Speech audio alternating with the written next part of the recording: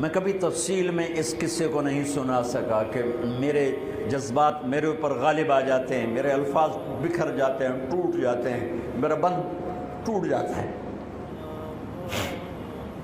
لیکن اس کی متھ کیا ہے؟ یہ کیوں ہوا؟ یہ کیوں ہوا؟ یہ اس لیے نہیں ہوا کہ 10 دن رو پیٹ کے تم چھٹی کرو، اس لیے نہیں ہوا۔ ایک سبق ہے، ایک پیغام ہے کہ اللہ کو راضی کرنے کے لیے اتنی بازی لگانی پڑے تو لگاؤ۔ بھوکے پیاسے، کہ گرمی کے روزے آتے ہیں 12 گھنٹے پیاس میں آدمی تڑپ کے رہ جاتا ہے۔ تمہیں خبر ہے میرے نبی کی اولاد 72 گھنٹے پیاسے، پیاس کی شدت، پانی کا قطرہ نہیں، اور آگے انسان کی شکل میں درندے کھڑے ہوئے ہیں۔ جب سارے جان نثار شہید ہو گئے، تھوڑا سا سنا بھی دیتا ہوں، جب سارے جان نثار شہید ہو گئے تو پیچھے اہل البیت رہ گئے۔ اہل البیت، سب سے پہلے شہید کا نام بتاتا ہوں، مسلم بن اوسج، جو امام صاحب کے، امام علی مقام کے قافلے میں جو پہلے شہید ہیں، مسلم بن اوسج۔ اور ان کی طرف سے جو 2 پہلے قتل ہوئے، سالم اور یسار، اور ان کو قتل کرنے والے تھے عبید اللہ بن عمیر الکلبی۔ ایک ابن زیاد کا غلام تھا، ایک ربیعہ بن زیاد کا غلام تھا۔ وہ دونوں نکلے تو اس کے مقابلے کے لیے بربر بن خدیر اور حبیب بن مطاہر نکلے حسین علی مقام کے لشکر سے۔ تو عمیر بن وہب کلبی وہ کوفہ سے اٹھ کے آئے تھے، کوفہ سے بیوی سمیت آئے تھے، بیوی کا نام ام وہب، حبشی تھے۔ کہنے لگے مجھے اپنے اوپر قربان ہونے تھے، میں اکیلا ان دونوں کو کافی، ان دونوں کو ہٹا دے۔ اور ننگے بدن تھے، ننگے بدن، جسم پہ کچھ نہیں۔ کہا میں تو مرنے ہوں، میں کیوں زیرہ پاما جو میں جیونا ہے، میں تو مرنا ہے۔ ننگے بدن تھے۔ تو ان کی بیوی نے کہا ان کو جانے دیں، ہم دونوں نے آپ پر قربان ہونے کی نیت کی ہوئی۔ ہم نے کہا اچھا اللہ تجھے جزا خیر دے، جاؤ۔ تو اس اکیلے نے دونوں کم بختوں کو جہنم میں پہنچا دیا، سالم اور یسار۔ تو ان میں سے ایک آدمی بولا یہ مرنے آئے ہیں، اگر اکیلے لڑو گے تم سب کو مار دیں گے، اور تسی تو جیون دے طلبگار ہو، مرن دے طلبگار ہیں، مرن والے نو مارنا کوئی سوکھا کام ہوندا ہے، وہ ان پر کٹھے حملہ کرو۔ پھر حملہ عام ہوا تو پہلے شہید ادھر سے مسلم بن اوسج، جب وہ گر رہے تھے تو کہہ رہے تھے حسین کی حفاظت کرنا جب تک سانسوں میں سانس باقی۔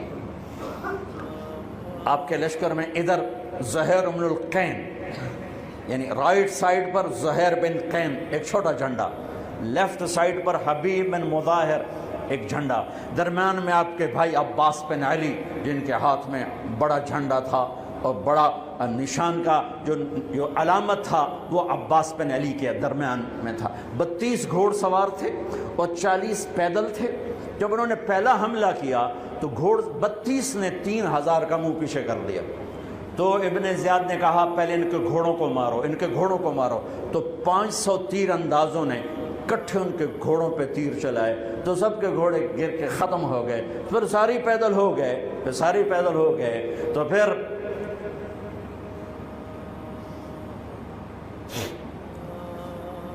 میں اٹک جاتا ہوں، اس لیے پھر میں آخر میں بیچ میں زہیر کی شہادت سنا دوں۔ زہیر بن القین، جب نماز کا وقت آیا، ظہر کا وقت داخل ہوا تو آپ نے اشارہ کیا زہیر یہ شمر سے کہو نماز پڑھنے دے۔ ہاں، اگر 1439 سال میں نماز کی معافی ہوتی تو اہل کربلا کو ہوتی، لیکن حسین نے سجدے میں سر رکھ کے بتلایا کہ نماز نہیں چھوٹ سکتی، سر کٹ سکتے ہیں۔ تو انہوں نے آگے ہو کر کہا کہ بھائی نماز کے لیے جنگ روکو۔ تو کوفی لشکر کا ایک سردار تھا حسین بن نمیر، اس نے کہا تمہاری تو نماز قبول ہی نہیں ہوتی۔ تو انہوں نے کہا لعنت تجھ پر، تیری نسلوں پر، جس گھر کی تو فعل نماز ملی انہی کی نہیں ہوتی اور تمہاری ہوتی ہے. تو واپس آ کر کہنے لگا کہ وہ نماز کی اجازت نہیں دے رہے. فرمایا نماز تو نہیں چھوٹے گی نا. یہ فیصل آباد والوں کو نہیں، 7 بر اعظم کے ایمان والوں کو پیغام ہے کہ زیر خنجر بھی یہ پیغام سنایا ہم نے. نماز نہیں چھوٹ سکتی، نماز نہیں چھوٹ سکتی. اللہ کی قسم کوئی مسئلہ نہیں تھا اگر یہ چھوڑ دیتے. جنگ سے پہلے آنکھ لگ گئی، آنکھ کھلی تو ہنس پڑے. بہن نے پوچھا ایک کیڑا ہاسے دا ویلا ہے، موت سر تے کھلوتی ہے.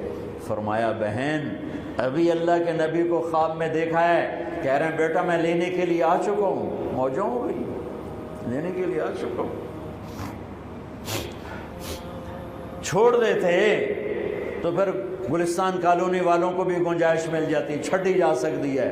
6 بر اعظم کے انسانوں کو پیغام دیا کہ ٹکڑے ٹکڑے ہو جاؤ، نماز نہیں چھوٹ سکتی.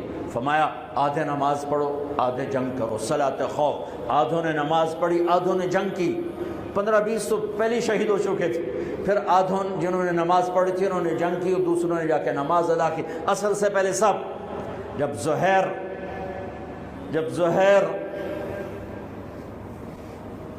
گرنے لگے تو انہوں نے حضرت حسین کے کندھے پر یوں ہاتھ مارا. گرتے گرتے اقبل ہدیت ہادیا مہدیا اليوم تلقى جدك النبي حسنا والمرتضى عليا والشهيد الجعفر الكمية واسد اللہ المحيا.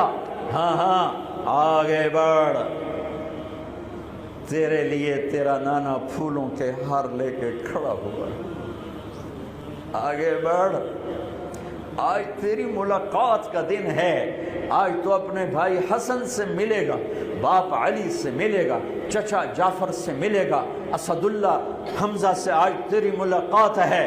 ان اشعار کے ساتھ آپ نے جان اپنے اللہ کو سپرد فرمائی. جب سارے جان نثار ختم ہو گئے اب اہل البیت کی باری آئی ہے. تو سب سے پہلے آپ کے بیٹے علی الاکبر نے تلوار اٹھائی گا. ابا جان آپ سے پہلے مرنا چاہتا ہوں، آپ کو مرتا نہیں دیکھ سکتا، آپ سے پہلے مرنا چاہتا ہوں، مجھے اجازت دیجیے. ہم نے کہا بڑھو اللہ کے نام پر، جا ملو اپنے اجداد کے ساتھ. تو بڑے حسین تھے علی الاکبر. جس طرف گئے وہ آگے آگے، کوفی آگے آگے، یہ پیچھے پیچھے. تو 1 اور 3,000 کیا مقابلہ تھا. آخر خاک و خون میں لوٹائے گئے، تڑپ کے گرے. تو پھر حسن کے بیٹے قاسم کا چچا میں نے جانا، اس قافلے میں، اس حسینی قافلے میں اہل البیت وہ 17 قتل ہوئے. ان میں سب سے حسین قاسم تھے، قاسم بن حسن. قاسم بن حسن جب ان پر تلوار کا وار پڑا تو ان کا ہاتھ کٹا اور نیچے گرے تو انہوں نے کہا یا اماں، ہائے چچا. تو حضرت حسین زخموں سے چور ہو چکے تھے، لیکن جس سے بجھتی شمع بھڑکتی ہے، اب زخمی شیر کی طرح لپکے اور کائی کی طرح مجمع کو چیرا. جب وہاں پہنچے تو وہ ایڑیاں رگڑ رہے تھے اور خاک و خون میں لت پت تھے. تو اٹھا کے سینے سے لگایا. ان کی آخری ہچکیاں ان کے سینے پہ ختم ہوئیں. کہنے لگے بھتیجے آج تیرا چچا بڑا بے بس ہے، آج وہ تیری مدد کو نہیں آ سکتا ہے، لیکن ایک دن آنے والا ہے جب تیرے نانے کی